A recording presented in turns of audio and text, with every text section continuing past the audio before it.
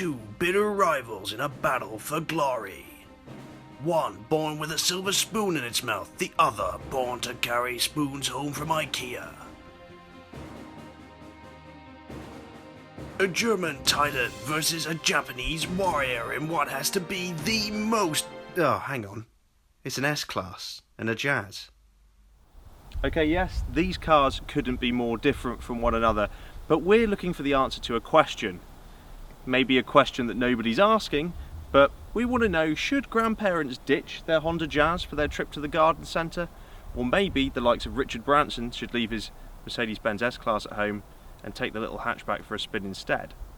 Let's talk performance. The Mercedes has a 3-litre V6 diesel engine, the Jazz a 1.3-litre petrol. The Mercedes will produce 258 brake horsepower, the Jazz 101 brake horsepower. The Mercedes will do 155 miles per hour, the Jazz will do 118 miles per hour. I think you can see a pattern developing here.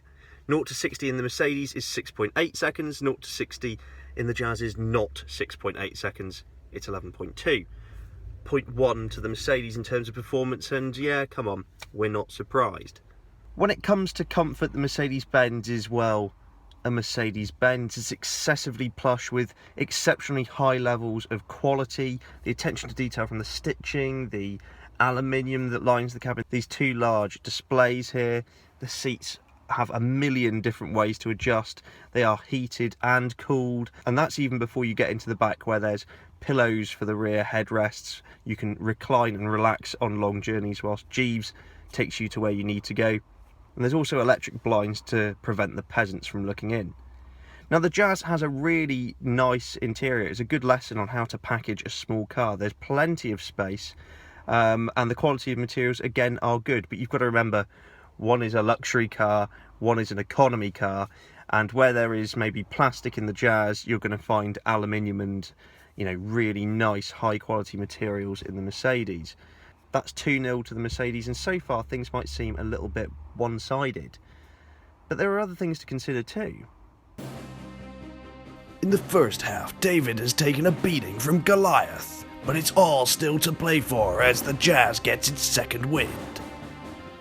So what about running costs? Because people's nans have their pensions and maybe some savings, but they've still got to be a bit careful what they're going to do with their purse. And businessmen, quite famously, the most successful ones, are famed for being quite frugal with their money. So the Mercedes clocks quite a respectable 50.4 mpg. That's the combined official figure. In reality, it's a bit further away from that. Whereas the Jazz does 55.4 mpg officially combined, and in the real world it's actually not a million miles away from that official figure. When it comes to practicality, both are actually pretty good. The S-Class has a really respectable boot, and the Jazz with its hatch opening enables plenty of, well, ease of loading really when you've got something a bit bulky to use. The Jazz, interestingly, has more legroom than a standard length wheelbase Mercedes S-Class. That's a bit interesting, isn't it? It goes to show how well they package this car. And something else really clever is this car's magic seats, which enables you to fold the base of the seats up like cinema seats, and you can load something really massive into the middle of the car and still have all that boot room remaining.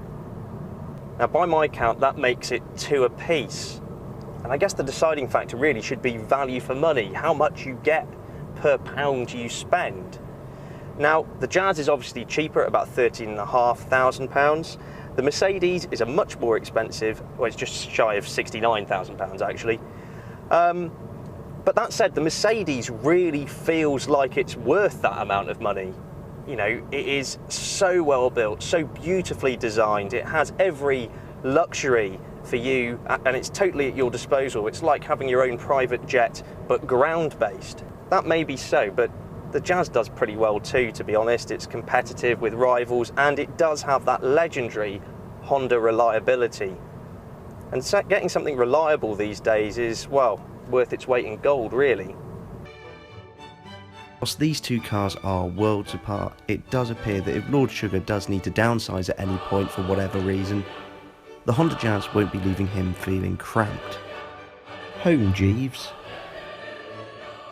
Thanks very much for watching, and let us know what you think in the comments below. Please subscribe for more on the latest and greatest cars to hit the road.